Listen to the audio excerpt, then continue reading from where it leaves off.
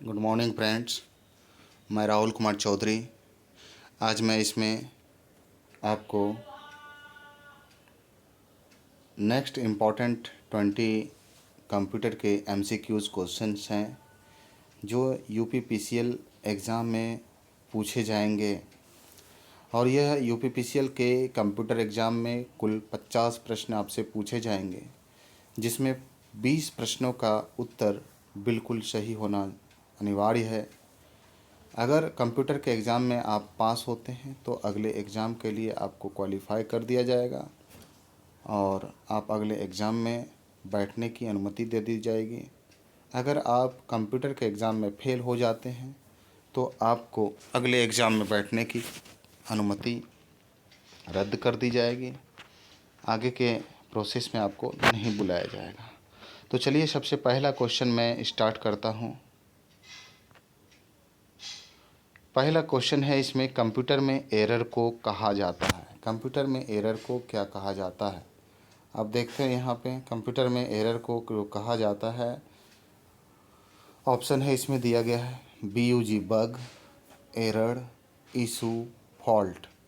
तो देखिए कंप्यूटर में एरर को यहाँ पे बग कहा जाता है, तो उत्तर इसका सही उत्तर जो हो जाएगा बग हो जाएगा, BUG बग।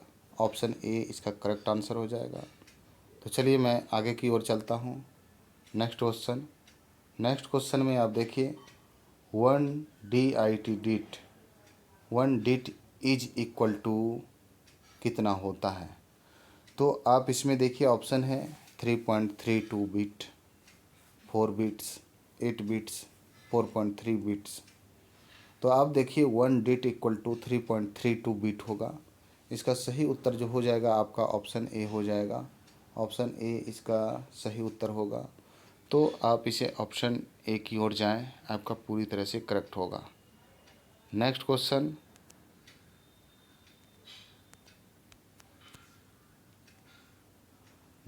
में चलता हूं। आप यहां पे देखिए कौन सी डिवाइस डेसिमल इनपुट नंबर को बाइनरी नंबर में बदलता है? देखिए इसमें कंप्यूटर में क्या होती है कि एक डिवाइस होती है जो किसी भी डेसिमल इनपुट नंबर को बाइनरी में बदल देता है। तो वो कौन सा होता है? तो यहाँ पे ऑप्शन आपके सामने है।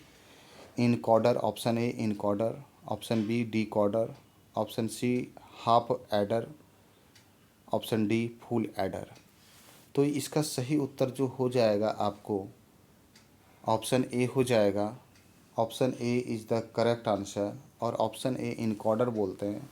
इनकोडर एक ऐसी डिवाइस है कंप्यूटर में जो डेसिमल इनपुट नंबर को बाइनरी में बदल देता है। ठीक है, तो मैं चलता हूँ नेक्स्ट क्वेश्चन की ओर। क्वेश्चन नंबर 4,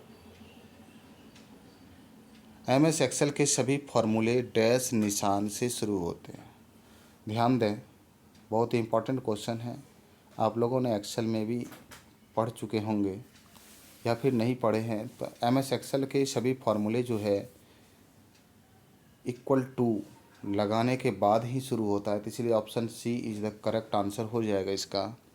तो ऑप्शन सी इसका करेक्ट आंसर होगा। ठीक है,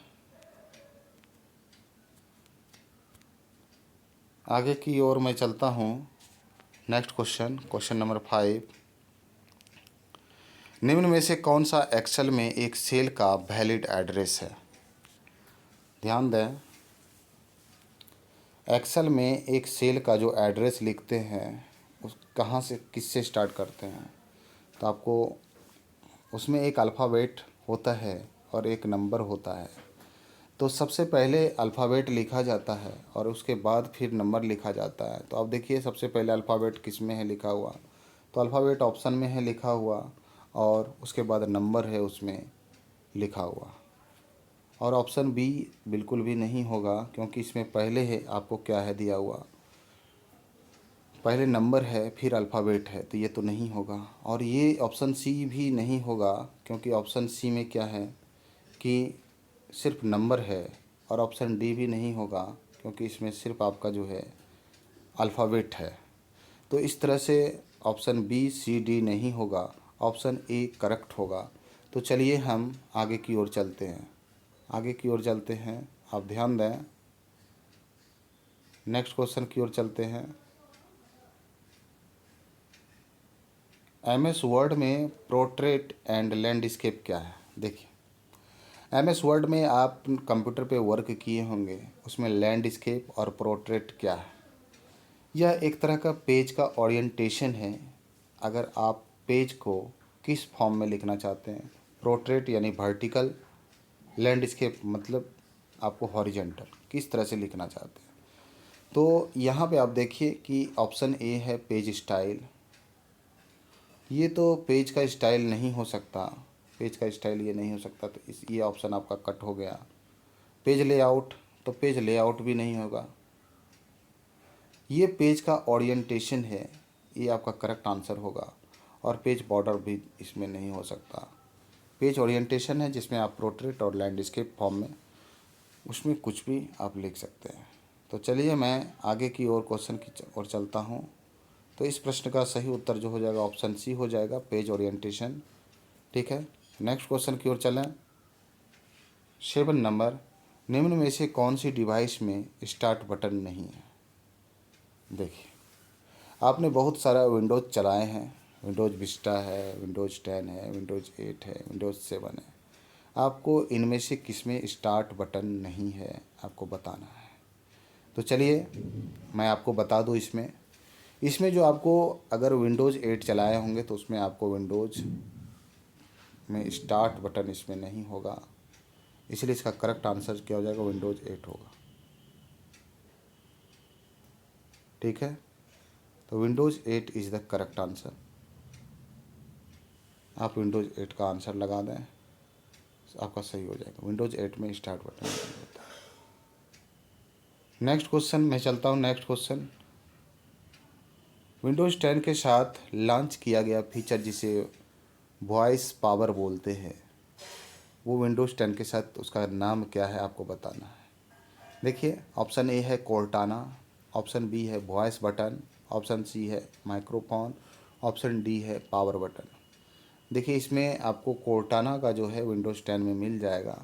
कोर्टाना, जिसमें क्या होता है, एक माइक आपको बनी होती है कोर्टाना की, और उसके द्वारा आप इसको वॉइस दे कमांड दे करके कुछ भी बोल सकते हैं, कुछ भी वहाँ से सर्च कर सकते हैं। तो आपको ऑप्शन जो है A is the correct answer. Option A आपका क्या होगा, करेक्ट होगा। नेक्स्ट क्वेश्चन मैं चलता हूँ। नेक्स्ट क्वेश्चन आप ध्यान देंगे।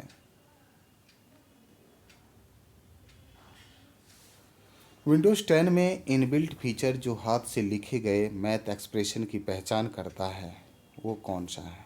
देखिए, विंडोज़ 10 जो है बहुत ही पावरफुल विंडोज़ है, जिसमें बहुत सारे नए फीचर्स बनाया गया। अब हालांकि विंडोज़ 11 भी आ चुका है, लेकिन आपको विंडोज़ 10 जो है वो आपका के बारे में क्वेश्चन है, उसमें क्या है। अब देखिए, इसमें ऑप्शन ए है कैलकुलेटर, ऑप्शन बी है math input panel, option C है स्पिनिंग टूल, ऑप्शन डी है इनमें से कोई नहीं। तो इसका सही उत्तर जो हो जाएगा, आप देखेंगे ऑप्शन बी हो जाएगा। आपको विंडोज़ 10 में inbuilt feature math input tool मिल जाएगा, जो आपका करेक्ट आंसर होगा। आगे मैं चलता हूँ। आगे next question, question number 11। Question number 11 क्या है? वेबसाइट के यूआरएल से पता लग जाता है कि यह सिक्योर है या नहीं है। सुरक्षित वेबसाइट डैश से शुरू होती है। देखिए, ऑप्शन ए है HTTP, ऑप्शन बी है HTTPS, ऑप्शन सी है HTML, ऑप्शन डी है पासवर्ड। आप देखिए, आपको अगर इसमें पता करना है कि वो वेबसाइट सिक्योर है या नहीं है, वो उसके शुरू में जो लगा होगा HTTPS, यानी ऑप्शन बी आपका करेक्ट आंसर हो जाएगा। Option B is the correct हो जाएगा। ठीक है, तो चलिए मैं आगे की ओर चलता हूँ। नेक्स्ट क्वेश्चन, ये क्वेश्चन नंबर 12। एक वेब ब्राउज़र में वेबसाइट के पते से पूर्व पैडलॉक लगा हुआ है, यह वेबसाइट है। देखिए, अगर कोई भी वेब ब्राउज़र है उसके पहले पैडलॉक लगा हुआ है तो इसका मतलब क्या होता है, यहाँ पे ऑप्शन में आप देख सकते हैं। पूर्णतया सुरक्षित है, पासवर्ड से खुलेगी, option B. Option C, hack की गई वेबसाइट है, कभी लॉक नहीं की जा सकती। देखिए इसका सही उत्तर जो हो जाएगा वो हो जाएगा ऑप्शन ए। ऑप्शन ए आपका इसका सही उत्तर होगा कि वेबसाइट जो है वो पूर्णतया क्या है, सुरक्षित है, आप इस वेबसाइट को यूज कर सकते हैं। चलिए मैं आगे के प्रश्न को आपको बताता हूँ।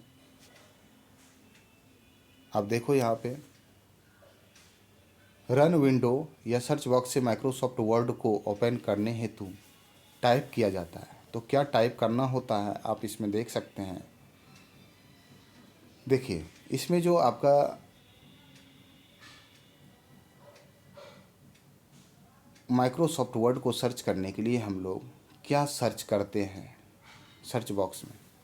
Option A MS Word, option B Microsoft Word, option C Win Word, option D Word. तो आप देखिए इसमें विन वर्ड करके आप सर्च कर सकते हैं, विन वर्ड ही सर्च करते हैं जिससे कि आपका एमएस वर्ड आ जाता है। और विन वर्ड जो है बिना स्पेस दिए हुए लिखना है, यहाँ पे स्पेस दिया हुआ है इसीलिए आप स्पेस ना दें, स्पेस अगर देंगे तो आपका सर्च नहीं होगा, तो आप इसको कर सकते हैं। आगे मैं एक नेक्स्ट क्वेश्चन चलता हूँ। निबल्स में निम्नलिखित बाइनरी अनुक्रम का आकार कितना है। देखिए निबल्स में इसका आकार जो होगा कितना होगा, तो आप इसमें ऑप्शन ए है 4, ऑप्शन बी है 16, ऑप्शन सी है 8, ऑप्शन डी है 6। तो आप इसमें देखेंगे, इसमें निबल्स में जो इसकी आकार होती है, निबल्स में जो इसकी आकार होती है, आप ध्यान दें, निबल्स में इसकी आकार 4 होती है, 4 निबल्स। तो आप इसका सही उत्तर जो हो जाएगा ऑप्शन ए हो जाएगा। नेक्स्ट क्वेश्चन की ओर चलता हूँ, और नेक्स्ट क्वेश्चन में आप देखें यहाँ पे, निम्नलिखित में से एक्सेल शीट पर वर्तमान तिथि तथा समय दर्ज करने हेतु फॉर्मूला, कौन सा फॉर्मूला लगाते हैं। तो इसका सही उत्तर यहाँ पे हो जाएगा option A time, option B now, option D C today, option C D date. देखिए इसका जो सही ऑप्शन हो जाएगा ऑप्शन बी होगा। Option B is the correct answer. Option B इसमें क्या है, करेक्ट आंसर होगा। तो आप निश्चित रूप से ऑप्शन बी की ओर जाएं, आपका सही होगा। आगे की ओर चलते हैं। यू का ASCII कोड क्या होगा। अगर इतना है तो भी को SCII कोड में क्या होगा। अब देखिए, तो इसमें आप इसको कैसे लिखेंगे इसके बारे में मैं डिटेल से एक वीडियो बनाऊंगा। ASCII कोड क्या होता है और इसको कैसे लिखा जाता है। तो यहाँ पर इसका तत्कालिक उत्तर जो हो जाएगा सी हो जाएगा, ऑप्शन सी। ऑप्शन सी इसका सही उत्तर हो जाएगा।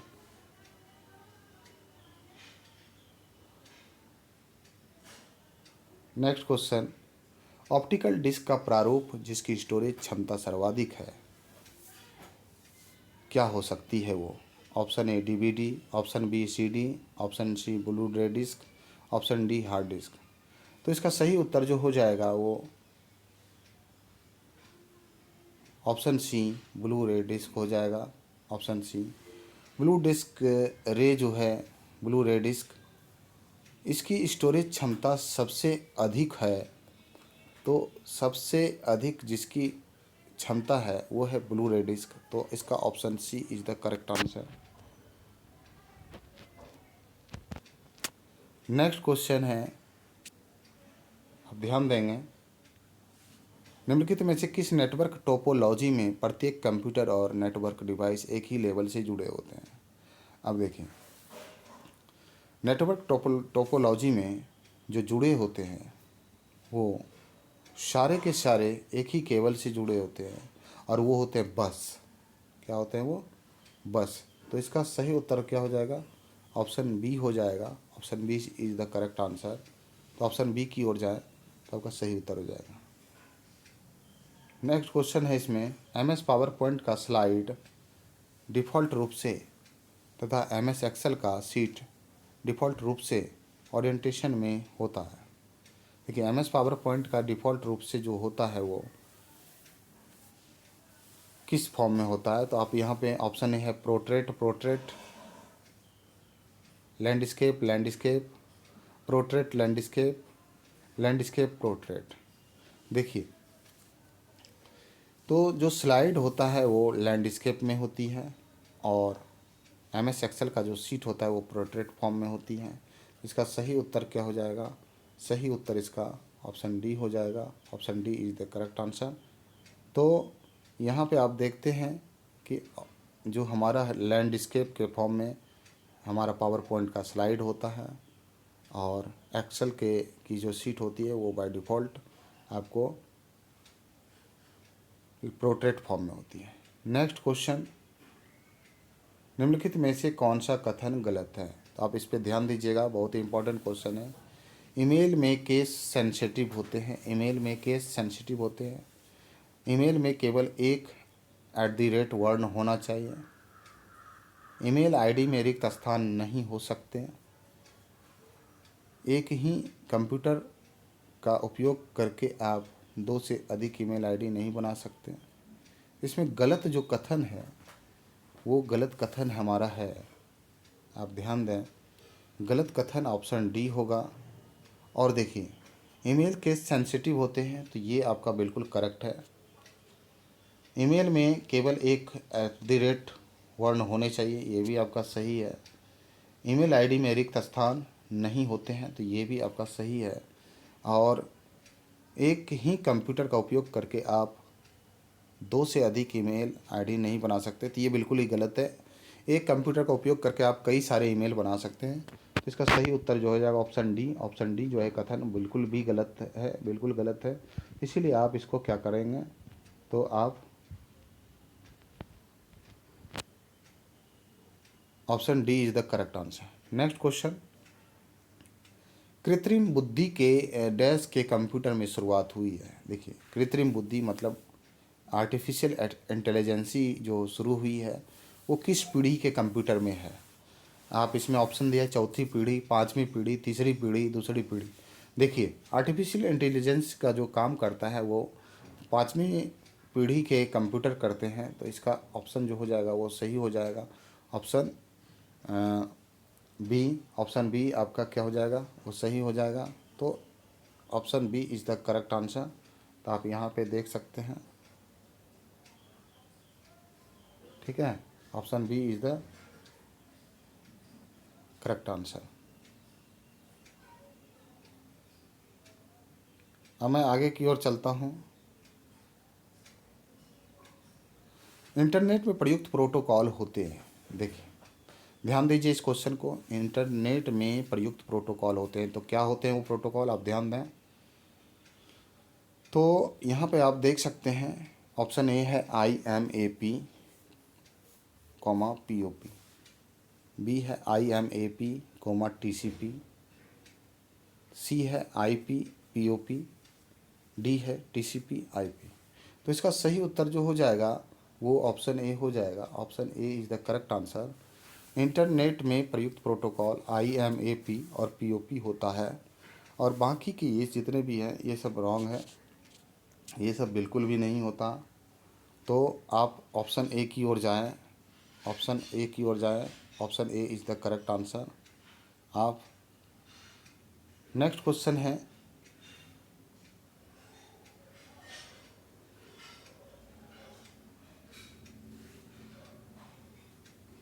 माइक्रोसॉफ्ट एक्सेल में फंक्शन = पावर 25 का परिमाण होगा। ठीक है, तो इसमें अगर आप फंक्शन का यूज करते हैं तो आप यहाँ पे देखें, इसका जो है 2 पे पावर 5, 2 पे पावर 5 जो होगा वो आप 2 को 5 टाइम्स मल्टीप्लाई करेंगे। मैथ का क्वेश्चन है। इसका जो उत्तर होगा वो 32 होगा। तो 32 इज़ द करेक्ट आंसर, इसका हो जाएगा option B is the correct answer. Option B की ओर जाएं, इसका सही उत्तर जो क्या हो जाएगा वो ऑप्शन बी हो जाएगा।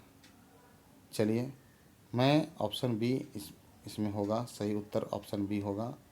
ऑप्शन बी की ओर आप जा सकते हैं। Next question,